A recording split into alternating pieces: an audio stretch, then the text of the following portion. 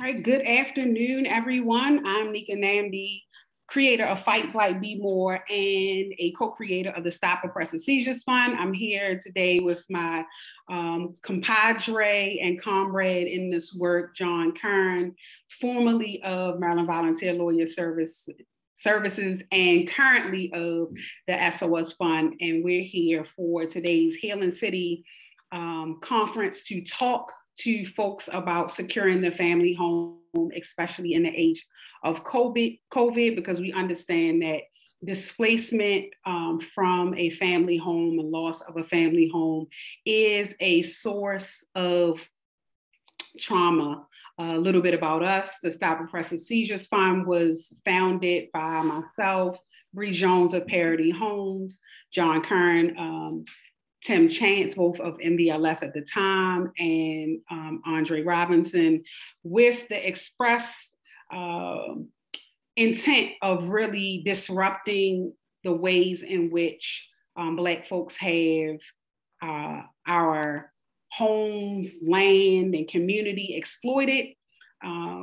First to disrupt, as I said, then to dismantle, and finally to really decolonize even our understanding of real property so that we can move from a scarcity-based mindset to an abundance-based mindset, understanding that everything that humans need is on Earth. We may have a shortage of apples, but that just means we should be at that time eating oranges, plums, pears, or any of the other abundance of produce that is available, edible foods that are available on this planet. And I make that point just really to center the idea that there is enough. There's enough if we share, there's enough if we adjust, there is enough if we focus on what is available, not what is not available. And so the Stop Oppressive Seizures Fund was really founded with that idea, that abundance mindset. And we'll talk briefly about the team. So, we know that COVID has exacerbated a number of challenges that folks have experienced in community surrounding housing, whether it is, evictions because of the loss of income, whether it is the cost of purchasing a home rising, as I heard the other day, 1 in 7 properties that are for sale on the market right now are actually owned by corporate entities, and how that is driving the market for housing, the cost of home ownership up. But one of the ways that we know that homes are lost in community is when there is a lack of what we're calling family continuity planning. Some folks know it as estate planning. We think about it from the standpoint of family continuity planning, because this isn't just about the property. This isn't just about the family home. This is really about the continuation of the family, the continuation of family bonds, the continuation of having a family space, and a continuation of having somewhere for someone in the family to live in. So it is bigger than the property piece. We really look at it from the human element. And so in order to really help folks secure the family home, given all of the different economic barriers, given all of the economic exploitation that is happening, we have kind of come up with this concept of family continuity planning as one of the pieces of a wider solution set to help stabilize housing outcomes in the Black Butterfly in Baltimore and beyond. And one of the reasons why we talk about it as one of the solutions, like the interpersonal solution, is because we recognize that housing outcomes are tied to policy. And so we can do all of the things. We can be financially literate. We can have some of the legal instruments that we're going to talk about in a few moments all lined up. But if the policies are set up to enable exploitation, whether it is subprime lending, whether it's contract lending, whether it is, reverse mortgages, whether it's tax sale. If policies are set up, you can make all the financially literate decisions possible, but the policies will still erode your ability to keep your family home, keep your family land, and keep yourselves. And so this is one part of the solution. This is the interpersonal, inter-family solution, but we're also heavily working on policy-based solutions through our Black reparations and Black land sovereignty platform that addresses those things that the federal, state, and local government need to do to support both harm reductive and reparative practices surrounding housing and community development. So in terms of what the solution is on an interpersonal level, one of the main assets that individuals have as families is connection to their family history, an understanding of their family history. I normally tell this story about how folks arrived in Baltimore attached to this notion of the kind of state-sanctioned violence that many Black families experienced in the rural South. But I want to put a different spin on it today because, one, the story isn't always of an unhealed or unaddressed trauma. Sometimes on the other side of the story is that someone did attempt to, violate a Black person or Black family in the deep South or even in the upper South, on the Eastern Shore or in Western Maryland. And those family members decided to assess and address that threat. But that also meant that they had to leave that space and come to places like Baltimore, Detroit, or Pittsburgh in order to remain safe. So the story doesn't always end with a lynching and that it is it. Sometimes somebody, made an advance, or it was inappropriately touched and the family handled it and then got out of town, still under the cover of darkness to places in the North or in the West. But it's important to know that family history, because when you are connected to that, when you're connected to understanding what it is your family has done, it helps you determine for yourself what your gifts helps you identify your gifts and project the trajectory for your family going forward. And that is an asset, is an underthought, understood asset of families. In learning more of your family history or learning your family history at all, as you are dealing with not only the intangible asset, which is the family history, but also as you are addressing the tangible assets, the house, the car, the things that your ancestors may have had. Sometimes these family issues or family traumas or family beefs come up that need to be addressed. And one tool that can be used as a part of this family continuity plan is relationship mediation, because it's key in order to get forward. In order to heal the trauma, we have to address whatever the particular situation was. And family mediation, we find can be helpful in getting to the bottom of what the issue was, but more importantly, have everyone be heard and be able to come up with a solution for what that particular problem is. And that could range from, a property being sold and the funds being split to a simple apology. It really just depends. And so I'm going to, at this point, pass the baton to John to talk about those more tangible legal elements of what is traditionally known as estate planning. Thanks, Nika. That's a really great introduction. And as a way to kind of reinforce one of the ways that we're framing this, we've chosen this moniker of family continuity planning in one way, because it allows us to focus on what its opposite is. So if we're looking for continuity, what are the moments of discontinuity? And I think with the history of colonialism, you'll see that a lot of systems lean on moments in which a civil or social society, a social fabric, has points of weakness, and it leverages those points of weakness to dismantle or disrupt, I should say, whatever those actually moments of continuity are. So what estate planning can allow us to do is focus in on moments which can produce discontinuity within families and within communities. And we know that trauma is a force multiplier.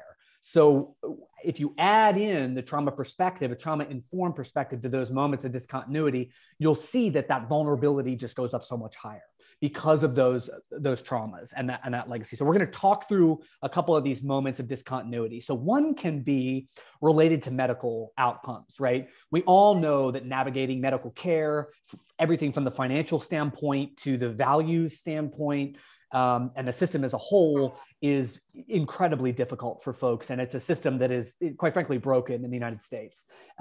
Advanced medical directives, sometimes called medical powers of attorney. This is a document that allows us to interact with the healthcare system. It gives us a little bit more agency and a little bit more power over the way these interactions happen. And with COVID, like Nika mentioned, again, everything's been sort of dialed up a number of degrees. And we saw folks not even able to interact with their loved ones that were in the hospital early on in the pandemic. So an advanced medical directive has two parts to it. Basically, the first part is you get to describe as best you can the type of care you want when you end up in the hospital. So do you want a ventilator? Do you want a feeding tube? Do you want, artificial resuscitation? All kinds of, different procedures that might happen to you if you end up in a hospital. And these are basically value-based decisions. It's what you would want, even questions about life-sustaining treatment. So if you end up in a situation where you are able to be kept alive, but that may be artificially, right? Do you want to try to live out that way and recover, stay that way, or would you like to pass a natural death? Difficult questions like these. So as you can see, it's so important to have the family conversations about these values. So you lay this out in the medical directive, and then in addition, you name a healthcare directive that is a person that gets to make those decisions for you if you can't. And that's what's really difficult. If we see moments of discontinuity where folks are disagreeing on what type of care that is, we're going to have a point person that is laid out in that document that says this person's ultimately going to make that call. And they're not going to make it for themselves. They're going to make it as if they are you. So your healthcare agent is speaking for you when you can't. So that's the medical power of attorney. You don't need an attorney to do one, although you can use the standard form that the General Assembly generated. But you can go on mydirectives.com. There's many places to find it. Now, the second document is the financial power of attorney. Now, I'll say this, a medical directive, I have never heard a good reason for someone not to do a healthcare directive. I think everybody should do one. Why not? It just makes it easier to operate, in the hospital, easier with the doctors and everything. Financial power of attorney is not like that. It is a very specific document that can protect us a lot when we're in a certain financial relationship within our family or our friends. A lot of folks hear about financial exploitation, and this really is a massive problem that we're definitely looking at as much as we can. And the reason a financial power of attorney is very helpful is because if you assign someone financial power of attorney over you, they can write checks in your name. They can pay your bills for you. So if we have caregiver, caretaker relationships that are intergenerational, it's a very, very useful tool to be able to advocate on behalf of your family members financially. So you can call and yell at debt collectors on their behalf, or you can go and get groceries for them. And it concretizes that relationship in a legal way so that it's all above board. Because, estate planning essentially is about a transfer of assets for one generation to the next. So it's kind of a gray area, and we want to be as clear as we can about who's doing what. So again, this is the only document that's got to be notarized in your estate plan. And it is something that we'd recommend you use an attorney to do, just to make sure, because in addition, you can put limiting powers on it. meaning this person can get groceries from me, but they can't mess around with my insurance policies or my beneficiaries. So you can make all those kind of calls. Okay, so these two documents, they are effective during your lifetime. Once you pass away, we have to think about things like beneficiary designations and the will and what we call probate or estate administration. So beneficiary designations, again, with this discontinuity moment, like we've identified that, situations with the healthcare professionals, the medical professionals can be tricky to navigate, as can financial relationships, obviously pressures with financial responsibilities, right? In addition, it can be hard when assets transfer to the next generation. Nika mentioned the powerful tool of mediation to get these roles in place for who can really take care of the assets in the next generation. So beneficiary designations allow us to pass our stuff to the next generation as cheaply and as easily as possible. So, and because it allows us to avoid probate. So let's go to the next slide. We'll talk through this. So beneficiary designations. So let's say, for instance, these are like your accounts at the bank, your cars, insurance policies, things like that. So just an example, let's say you've got a car and you have somebody you want to pass it to. Even if you put that car in the will that says, this person gets the car, when you pass away, that person that's receiving the car, it's not like they can go down the NBA with a will and retitle the car. The people at the NBA are going to look at you like you're crazy. You have to take that will, go to probate, go through estate administration to move the car, unless you do what's called a beneficiary designation. So if you do one of these in advance, at the NBA, it's called a transfer on death. And it says, it's my car, it's registered in my name, but I get to name somebody that's going to get the car after I pass. Now, that's already been filed. So if someone passes away, the next generation can just go down to the NBA and say, hey, there's a transfer on death in my name. Now, if they have a death certificate, they retitle the car. And it's as easy as that to move that car. And this is this trick that enables us to avoid probate. And it's so great because probate, again, can be time consuming and costly. Same thing with your bank accounts. You can file a payable upon death at any bank or credit union.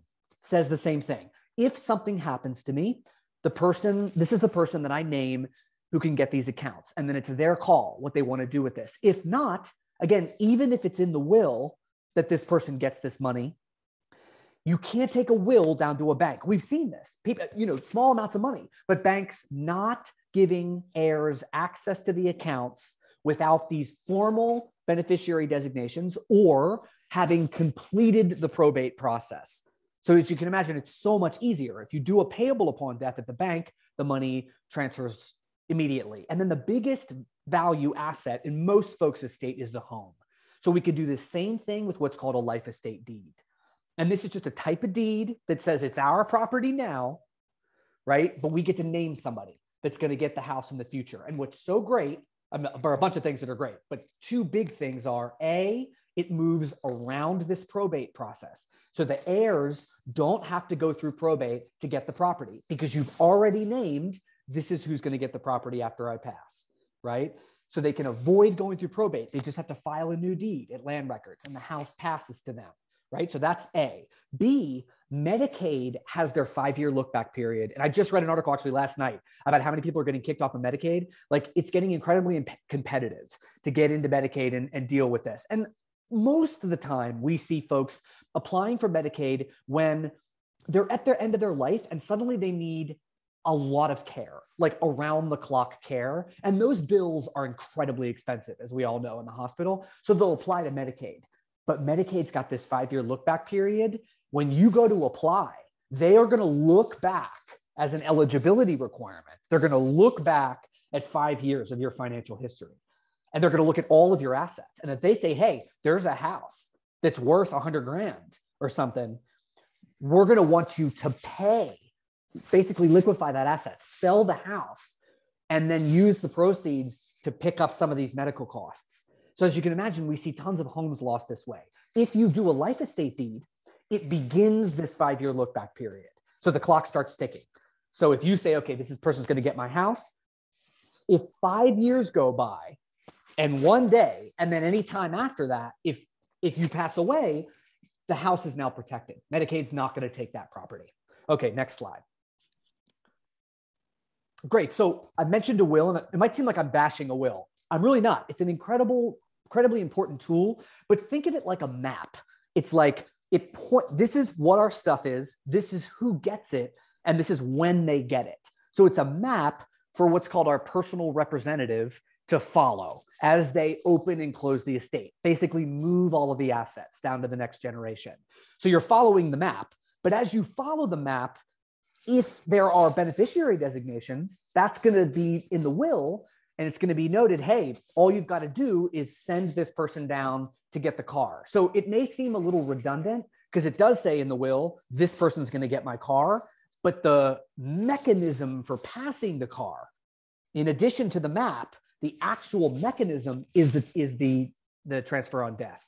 Okay, so it works in concert, it collaborates with the beneficiary designations. Okay, and again, if you don't have the beneficiary designations, you're going to have to go through estate administration or probate, where the court will make sure that the will is being followed properly. Okay, so John, I want to just add that for the will, if you think about it, it's also a good historical document because it makes it clear to the entire family what the person's wishes were. So sometimes there, issues like, well, why was your name? Why were you the beneficiary for that account?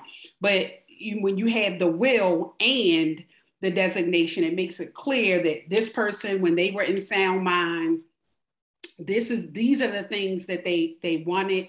This is who they consider to be family or friend or whatever. It is a way of documenting and keeping the history of an individual as it pertains to their family as well. That's a fantastic point. And so in addition, you're also listing everything where you can't use a transfer on death. I mean, there's not, in other words, a place to register the asset. And a lot of times these are things of the most value in our family. Like Nika mentions the family Bible, or if you have these heirlooms, there's not a department of Bibles, right? Where you could do a transfer on death for Bibles. It's just a family thing. And so the will is incredibly important to speak to all those things that don't have, an overseeing kind of registration org that you need to actually interact with. Okay. Great. So let's just roll down through here. This is part of our larger strategy of really what is neighborhood and community stabilization. So we've talked through estate planning, legal services. Can't stress enough the importance of prepping ourselves and putting ourselves in a position where we can navigate the kind of civil side of asset transfer, because without it, it's difficult, it's costly, it's confusing. And look, I always make the example, you don't go to divorce court to fix a marriage, right? You go to not, to try to figure out the best way to navigate it, but it's not to repair a marriage. It's right. To kind of figure out how to move forward. Same thing with estate planning. Like if you don't have any estate planning done, probate is not there to create family continuity, at all. It is a cold system to delineate who gets assets. So as you can imagine, people are coming out of the woodwork. It may be not the folks that you don't want to get the things. It has no interest in what Nika's talking about in terms of family continuity. It is simply a cold pyramid with a map that says who gets what. So it's a last resort. So legal services, Maryland legal, MBLS is fantastic, not just for estate planning and administration, but for a whole host of civil legal issues that folks may have, from expungements to housing issues, tax issues. They're just a one-stop shop for things. St. Ambrose is fantastic as well, does a lot of tax sale work. They have a home share program that we're looking into, great housing counselors, things like that. Legal aid as well. We lean on them a lot for bankruptcy, which can be a tool to help folks get out of tax sale. And they have some fantastic attorneys that are working with us and referring clients to us. And then these two property tax credits. The other reason that life estate deeds are so fantastic is because we want to make sure that the title to the property stays in the appropriate person's name, because we have a lot of what we call tangle titles, where one generation has been living with the other generation in the house. The older generation passes away. The next generation is keeping up on the house, paying the bills, doing home repairs, whatever they're doing, but they're not legally considered the homeowner because their names are not on the deeds. It is so important to transfer that deed. So because if you're not on the deed, you're not able to get a lot of the programs that support our homeowners, two of which being the property tax credits, which are state tax credits. One that caps the amount, it's called the homestead property tax credit, that caps the amount that the your assessed value can go up over time. So basically, if you're worried about runaway development in a neighborhood and getting priced out because your property taxes are going way up, it's going to cap it at 4% a year. So it's not a cure-all, but it definitely can help slow some of the kind of runaway development effects. And then for our income qualified folks, the homeowner's property tax credit actually is an income-based program. So it'll set your taxes based on your income. So we've seen huge drops in property tax liability. So two great programs, water bill payment assistance programs. The Water for All program just recently opened for many, many months. They were sort of being touted all the way back to Mayor Young. It is finally opened. And in addition, it is also an income-based water program. So working on that, the HUBS program, a wraparound service for basically working on an aging in place strategy for our older adults. So if folks call, they can get in touch with contractors, home repair programs. They often use, you'll see Civic Works folks out there with the workforce development angle, doing a lot of that home repair. So very good at keeping our older adults and our legacy homeowners in place. NHS, again, great housing services, housing counselors, they've got their rehab loans and then even loans for tax sale.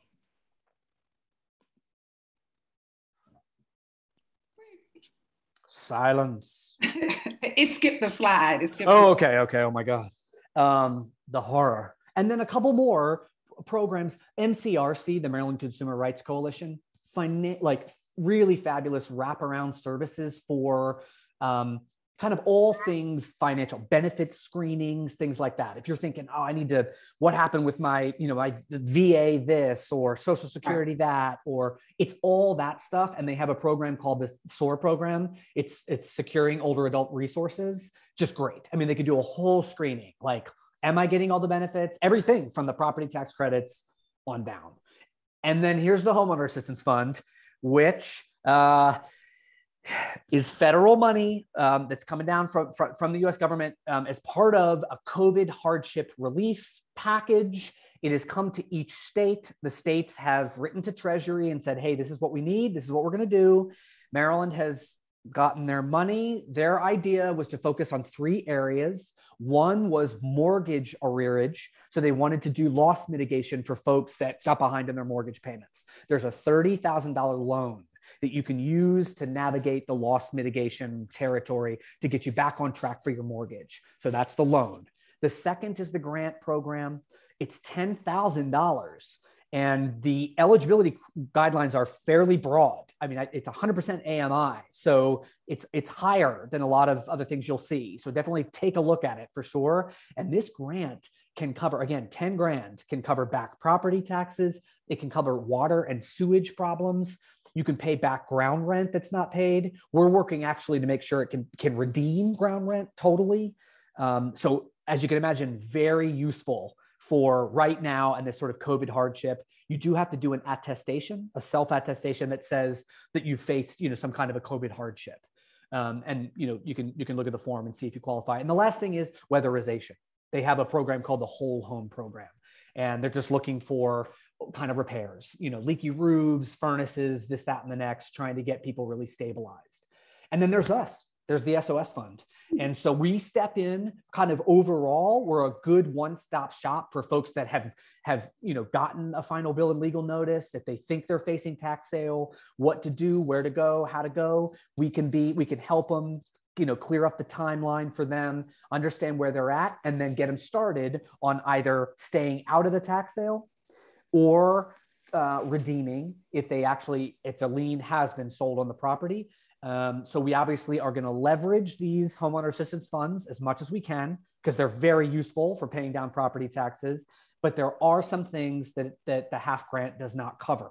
And that's where we would step in, things like environmental citations and others. And then lastly, if you owe money to a law firm that has purchased or is representing someone who has purchased your lien, bought your debt, then we will step in and negotiate with them and clear whatever charges they are levying toward that as well. So now, questions and answers. So, John, I have a question. In terms of tax sale, what is the tax sale? What does that mean? Like, what does that mean? Yeah. Let me say it like this. I got a final bill and legal notice because I couldn't pay my property taxes this year or last year. What does that mean in terms of a timeline? Fantastic. So I just want to plug, for anybody that hasn't heard much about the tax sale or is just hearing about it, basically boiled down, this is because Baltimore City privatizes the collection of our property tax debt. So outside investors can basically pay your debt for you, and they're going to charge you interest. So for them, it's an investment strategy to get a return on their investment, which is paying down your lien. So as Nika said, if you have been told, let's start right now in this season. So early February, the final bill and legal notices went out from the city stating that you are living in an owner-occupied property. Now, you may be in the property, but if your name's not, if it's not, it could be tight. It could be categorized wrong. You may be living in there, but it's categorized non-owner occupied. But basically the letters went out to the owner occupied properties saying your bill, everything you owe to the city is higher than $750.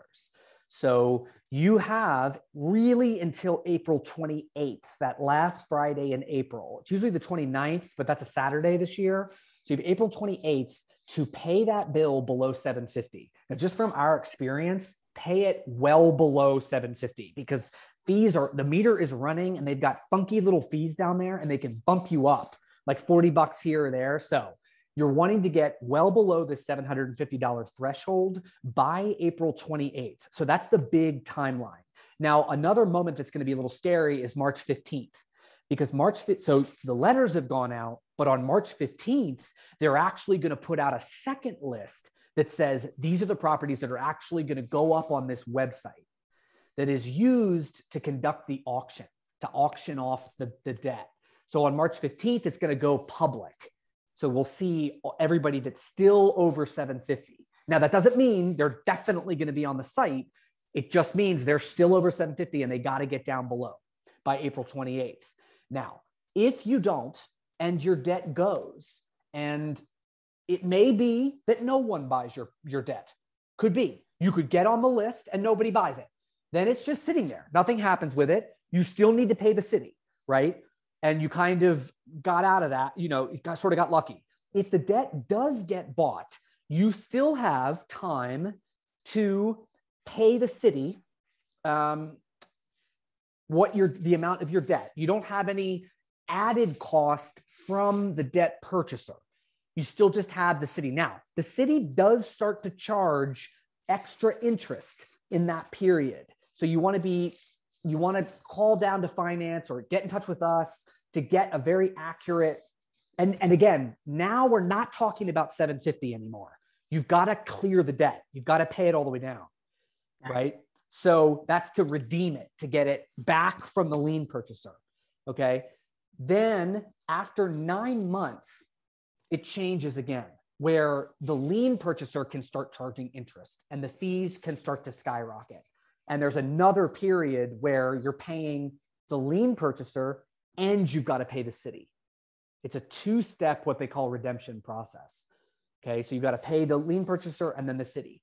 And in that period, the timeline gets even more complicated, where the attorneys are allowed to actually send you a bill for the attorneys that they are using to do the legal work.